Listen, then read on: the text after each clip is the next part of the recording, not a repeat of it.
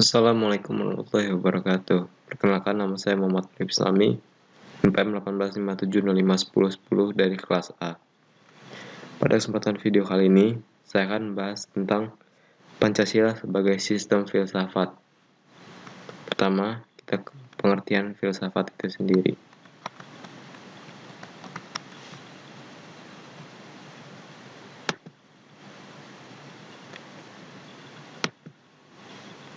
Pengertian filsafat. Istilah filsafat secara etimologis merupakan padanan kata secara falsafah dari kata falsafah, yaitu bahasa Arab, dan filosofi dari bahasa Inggris yang berasal dari bahasa Yunani, yaitu philosophia.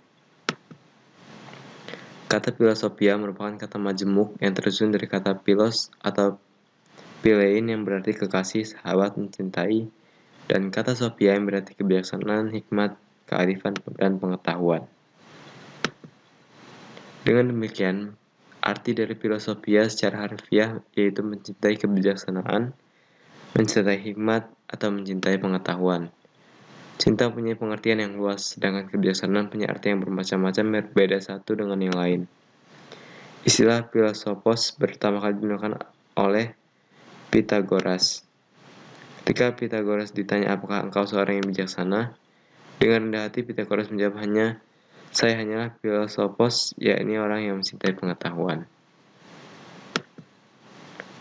Ada dua pengertian filsafat, yang pertama dalam arti proses dan dalam arti produk.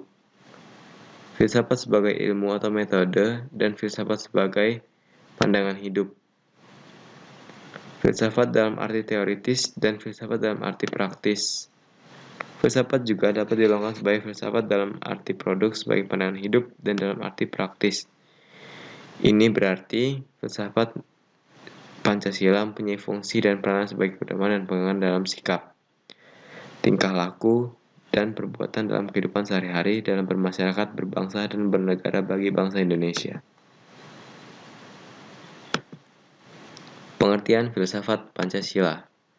Pancasila sebagai filsafat mengandung pandangan, nilai, dan pengertian yang menjadi substansi dan isi pembentukan ideologi Pancasila.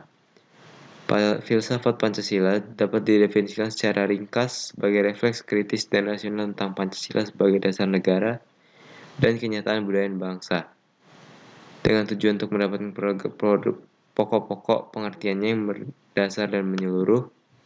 Pancasila dikatakan sebagai filsafat karena merupakan hasil perenungan jiwa yang mendalam yang dilakukan oleh the founding father kita, ya dituangkan dalam suatu sistem. Menurut Rustan Abdul-Ghani, filsafat Pancasila memberi pengetahuan dan pengertian ilmiah itu tentang hakikat dari Pancasila. Pancasila sebagai suatu sistem filsafat. Pembahasan mengenai Pancasila sebagai sistem filsafat dilakukan secara deduktif dan induktif.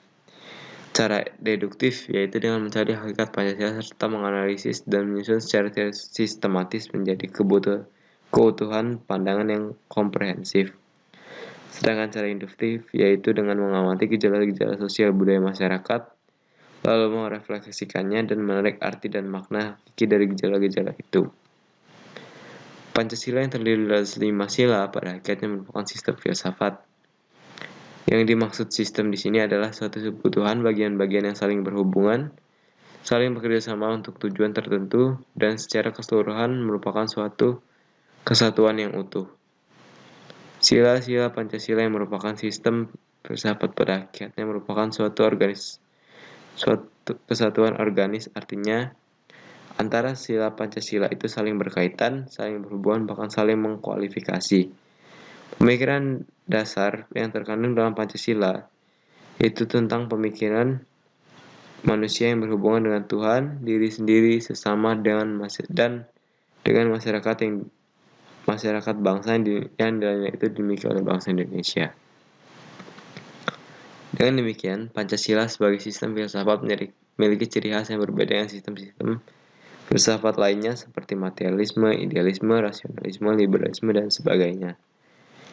Ciri sistem filsafat Pancasila yaitu 1. Sila Pancasila merupakan suatu kesatuan yang bulat dan utuh. Dengan lain, apabila tidak bulat dan utuh, atau satu sila dan sila lain terpisah-pisah, maka itu pasti bukan Pancasila. Kedua, susunan Pancasila dengan satu sistem yang bulat dan utuh itu dapat digambarkan sebagai berikut. Inti sila Pancasila meliputi satu, Tuhan, yaitu sebagai kuasa prima. Lalu manusia sebagai makhluk individu dan makhluk sosial. Satu, yaitu ketuhanan, kesatuan memiliki kepribadian sendiri. Rakyat, yaitu unsur mutlak negara harus bekerja sama dan gotong royong. Adil, memberi keadilan kepada diri sendiri dan orang lain yang menjadi haknya. Membahas Pancasila sebagai filsafat berarti mengungkapkan konsep-konsep kebenaran Pancasila yang bukan saja ditujukan pada bangsa Indonesia, melainkan juga bagi manusia pada umumnya. Wawasan filsafat meliputi bidang atau aspek penyelidikan ontologi, epistemologi, dan aksiologi. Ketiga bidang tersebut dianggap mencakup kemestaan. Ya, sekian pembahasan materi tentang Pancasila sebagai sistem filsafat dari saya. Bila ada kurang atau kesalahan, saya mohon maaf. Saya akhiri. Wassalamualaikum warahmatullahi wabarakatuh.